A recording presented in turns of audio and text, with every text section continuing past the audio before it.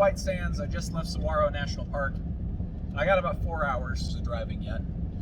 So I figured I would recount the tale of my experience at the Birdcage Theater in Tombstone, Arizona. So it turns out the Birdcage Theater has been included in shows like Ghost Adventures and Ghost Hunters and different, ghost hunting shows like that because of how haunted it is. But I did one of the ghost tours starting at 8 p.m. last night, and so I had gotten dinner and a couple drinks at the Jewel Palace or something to that effect down the street, and then I walked up the street to the Birdcage. I walked up the street to the Birdcage Theater, and they started the tour promptly at 8 o'clock.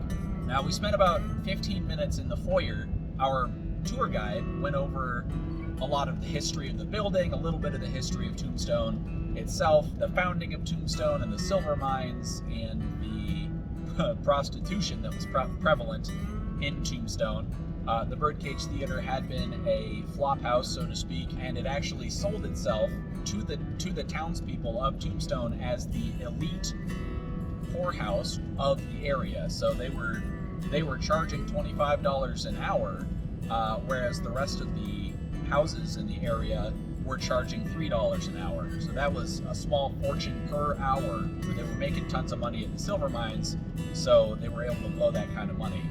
The Birdcage Theater was also home to the longest continuous game of poker in the basement, which ran over 8 years, not hours, years, continuously, in the basement of the Birdcage Theater.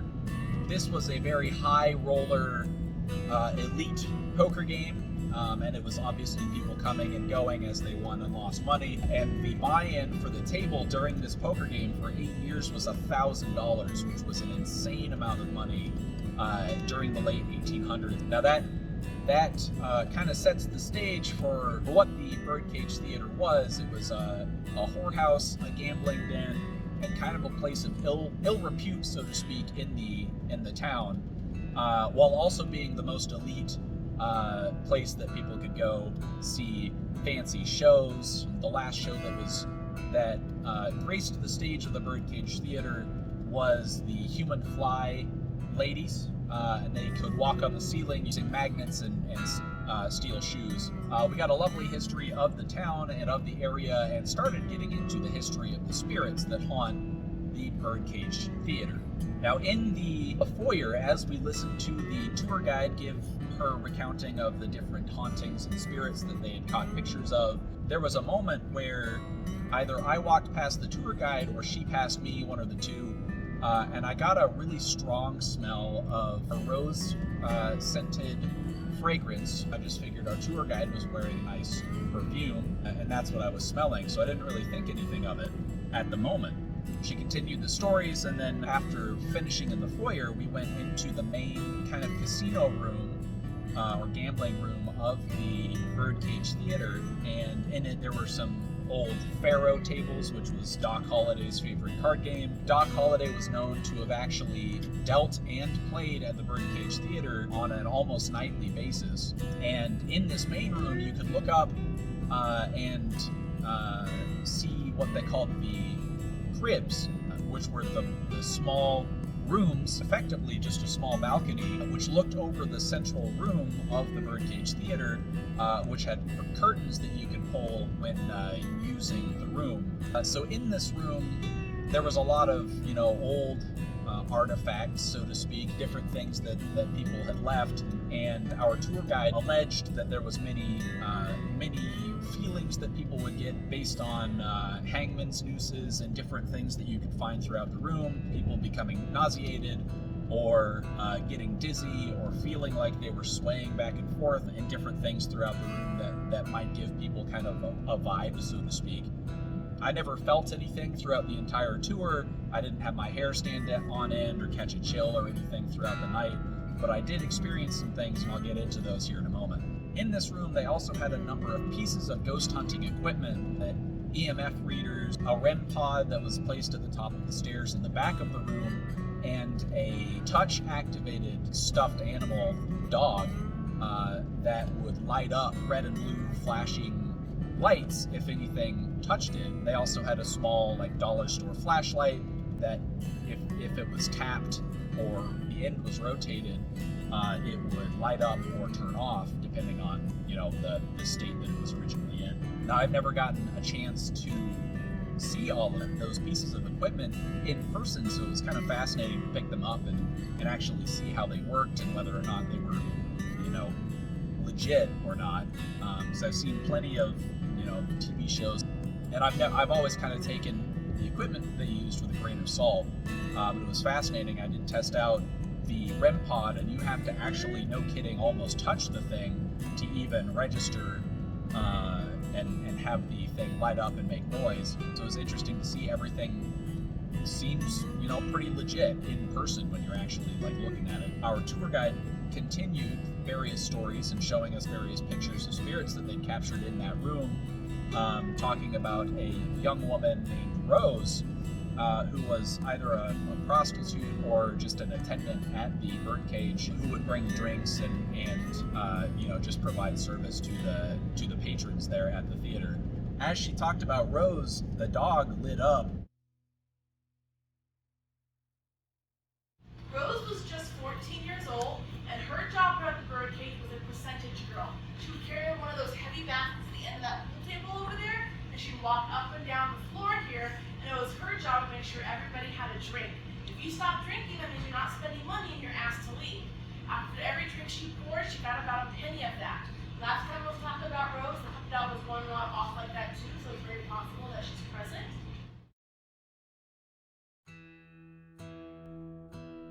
It did light up a number of times kind of at random throughout the time that we spent in that room. However, it seemed like that might have been Rose there playing with the dog. She was alleged to be about 14 years old, so she tends to follow and attempt to protect younger people and children from the darker or more malevolent spirits in the building. Now, other than the dog lighting up and going off, there was a flashlight on the table in the center. I couldn't see it, but there was a point where during the stories, the flashlight turned on by itself and turned off during this kind of discussion by the tour guide, or the history by the tour guide. So fascinating to see some of the tools used in these ghost hunting TV shows and YouTube channels actually working in person. It was very interesting to see. Now again, I never got any feelings or you know, sensed any energies, but our tour guide said that she could sense various energies or just kind of got vibes throughout the building. There was a medium, so to speak, that came on the tour and said that she could sense certain spirits that she had met on previous encounters at the building. So it was interesting to kind of see from both sides kind of the scientific method, so to speak, using the equipment, and to hear the people talking about what they can feel in real time during the tours. From the main room, once we had spent another, I don't know, 10 to 15 minutes going through more history of the building and the area, we walked up a short flight of stairs to the back room, back behind the main curtain of the theater stage, where there was more old things from the building and from the town. There was an old horse-drawn hearse, which was prominently displayed in the back room, which was very, very beautiful, incredible craftsmanship. This was the area where you, via stairs on either side of the main room, could access the cribs, though those were not open for our tours, but were allegedly locations where many spirits do reside and can be seen. Now, from this kind of back room, we did go down to the basement where that 8+ year-long poker game was played, and they still have a dirt floor down there and the original tables and a lot of, you know, cash and poker chips kind of staged there to set the scene. And the bordellos were also in the basement, which were the rooms where the patrons could stay overnight, or at least have a longer duration stay than up in the cribs. Now, in that room, there were a couple of mannequins that our tour guide said the female mannequin was known to turn her head, even during tours, and even caught on camera at certain times. Now, nothing moved when I was down there. Now, our tour guide did say that there was a darker or more angry presence in the basement. She didn't like being down there, so she stayed closer to the stairwell while the rest of us walked around and snapped pictures. I never caught anything down in the basement on my camera. I didn't hear anything or see anything down there either. Now, while we were down there, however, I didn't feel anything, but there was a moment where I smelled a whiff of that same kind of floral, rose-smelling perfume. And at the moment, I wasn't really near our tour guide, so I noticed this time around that that was odd, and it wafted away, it went away, and I didn't move, and the ladies and gentlemen that were around me also didn't move. So it would make sense to me that if I was standing in one location and everyone else wasn't moving near me, and I caught a whiff, that it wouldn't just kind of disappear or go away. Which led me to ask our tour guide if she was wearing perfume. She responded by saying, yes, but what is it that you're smelling? And I told her it was kind of a flowery smell, and she asked if it was roses or lavender, to which I replied I wasn't sure. And now thinking back, I believe it was probably roses. Now that I kind of think back on what the smell was like, rose water does kind of come to mind. And our tour guide said that it was possible that I was smelling the perfume of Rose or another prostitute, if it was the lavender scent that I was smelling. Now again, I can't be sure, but one way or another, it seemed to be a phantom smell that I was smelling that a few other people caught as well. I hadn't really said anything until I spoke up.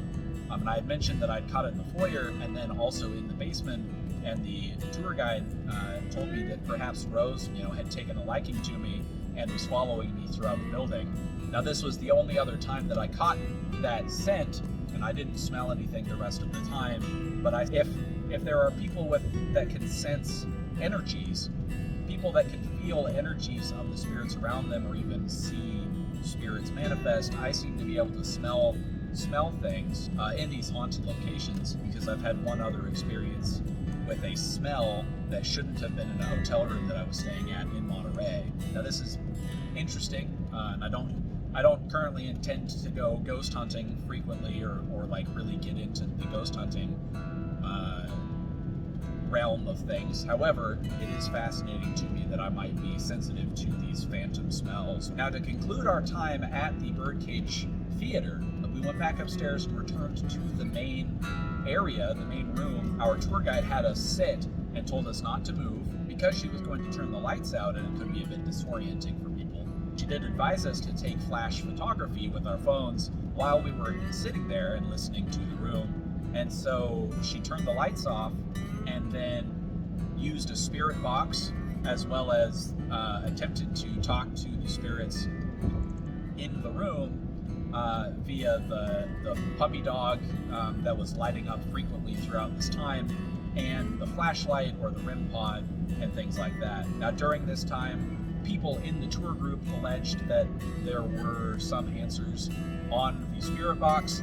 I heard blips and maybe voices coming through, but I couldn't make out any words per se. I just kind of heard things.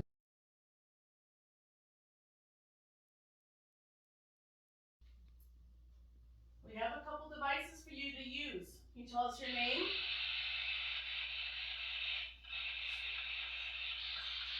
Put the spirit box up for us. Spirit box has been kind of quiet for me lately, so we'll see what we can get.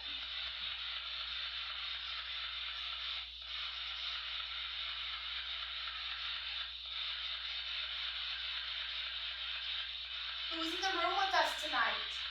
Do we have any ladies in here? Margarita, are you hanging out? Are you working tonight?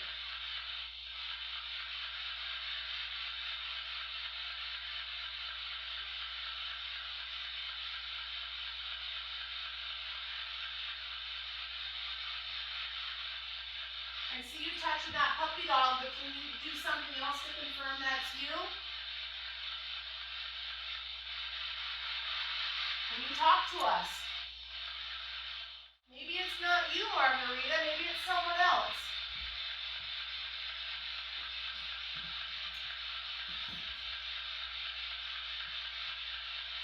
Is there someone else in here? Did you hear that? Yeah. I have no idea what it said, but it only sounded like a man. There was a table between me and the spirit box that might have been blocking some of the sound. One way or another, I can't confirm that there was anything coming through the spirit box, but it was interesting to kind of hear it in person. And during the time that the spirit box was on, someone did mention that they thought they heard something, and so the tour guide turned off the spirit box so that we could kind of listen to the room. And this was the most persuasive part of my night. I was sitting in a corner nearest the front door of the main room. The closest people in the tour group to my right were about 10 or 15 feet away on the far side of that puppy dog. Now, the closest people to my left were maybe six feet to my left, but there was no one behind me. I was the furthest person away from the tour guide, who was standing in the center of the room. And during this moment of silence, so to speak, where everyone was kind of listening, I heard and felt what appeared to me to be a heavy object of about this size being dropped on the floor almost directly behind my chair, right over my left shoulder, so to speak. Now, my first instinct was to turn to the people to my left who were close to me and ask if they had dropped anything, because not only did I hear the sound of something kind of hard and heavy dropping onto the floor, it was heavy enough, I felt the vibrations through my boot in the floor and heard it like bounce and then come to a rest as if it was heavy enough that it wouldn't bounce again. It was just kind of an odd thing to me. And I'm like, oh, maybe the people next to me, tried to pull their phone out of their pocket to snap a picture or something to that effect and drop something heavy out of their pockets. So I turned to the people to my left who were close to me and I asked them, like, hey, did you drop anything? And in the dark, I couldn't make out their facial expressions, but they did tell me, like, no, I didn't move or I didn't drop anything. And then I said, like, did you hear that? It sounded like something dropped on the floor behind me. And they told me, at least the person closest to me told me, no, they didn't hear anything. So that was the most kind of compelling moment of the tour for me, in that no one else heard it. I physically heard it and felt the vibration of the floor as if something had been dropped right behind me. And at that moment, when they told me, like, no, I didn't hear anything, I pulled my phone back out and started snapping flash photos around me. So the first photo is a picture directly in front of me, kind of toward the group, toward the tour guide. And the second photo is directly behind me toward the door to the casino room. Now the third photo is for comparison with the first, in that it's nearly the same direction, all of which were taken with flash from my phone, and you can tell the first photo has a bit of a mist, especially heavy toward the left side of the photo, and the second photo does as well, which was standing directly behind me. I didn't notice these two while I took the pictures. I noticed them in my hotel room after the fact when I was going through them, and those are the only two pictures that have that kind of white cloudy mist in them. Now, could it be reflection off of anything, or somebody else's flash affecting the photo, or something else that could easily be, debunked or explained away? Absolutely. I'm not saying that this is by any means actual proof of spiritual, of a spiritual presence. However, the two pictures that I took just after the moment that I'd heard something drop behind me, and I was the only one to have heard it, is too coincidental for me to necessarily say that it wasn't something. So that was very interesting. I don't tend to consider myself a believer per se in the paranormal. I do believe that there are many things out there we can't explain, and I'm a firm believer in demonic entities, which is what kind of keeps me from doing these things in a dedicated manner. because I don't want to play with anything that could be considered demonic. However, it was a fascinating night, especially to have some level of personal evidence that I can now talk about.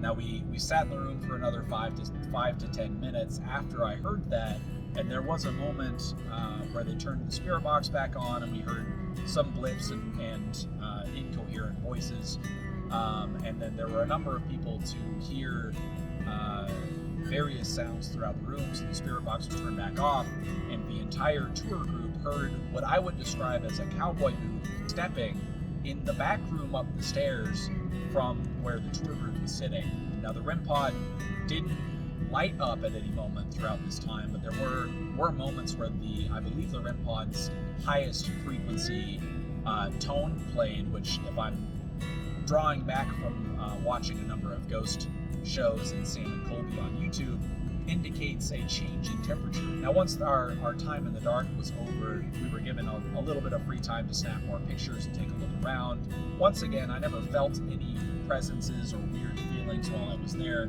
However, having heard all of those things, I was a little on edge. Now I did make a point of telling the spirits, for what it's worth, you are not allowed to come home with me or leave with me. I am leaving.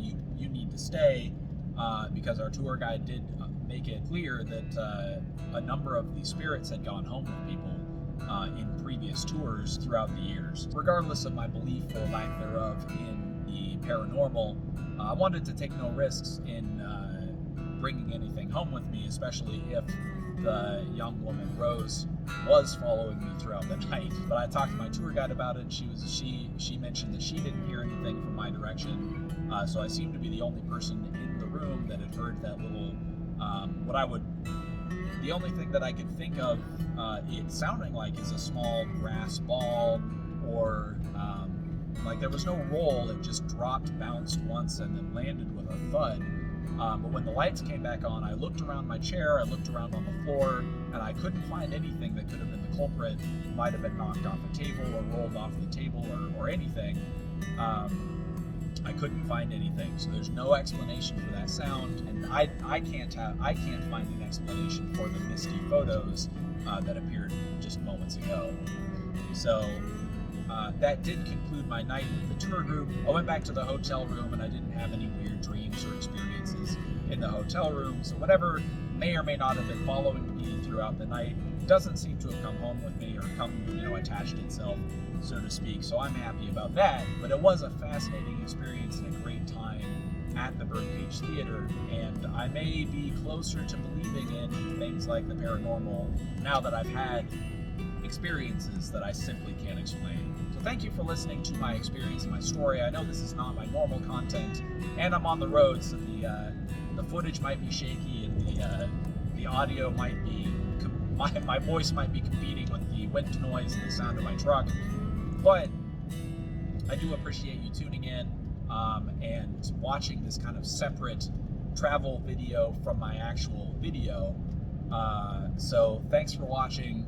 Please look forward to my actual smithing content. Once I get established in Connecticut and can find a place that I can smith, I am going to get back to that blacksmithing content. If you enjoyed this video, please leave a like, drop a comment, hit subscribe, ring that notification bell. If you want to support me in the channel further, please consider becoming an honorary striker on my Patreon. Link is in the description below the video. Link is in the description below the video. The link is in the description below the video. And as always, keep on rocking.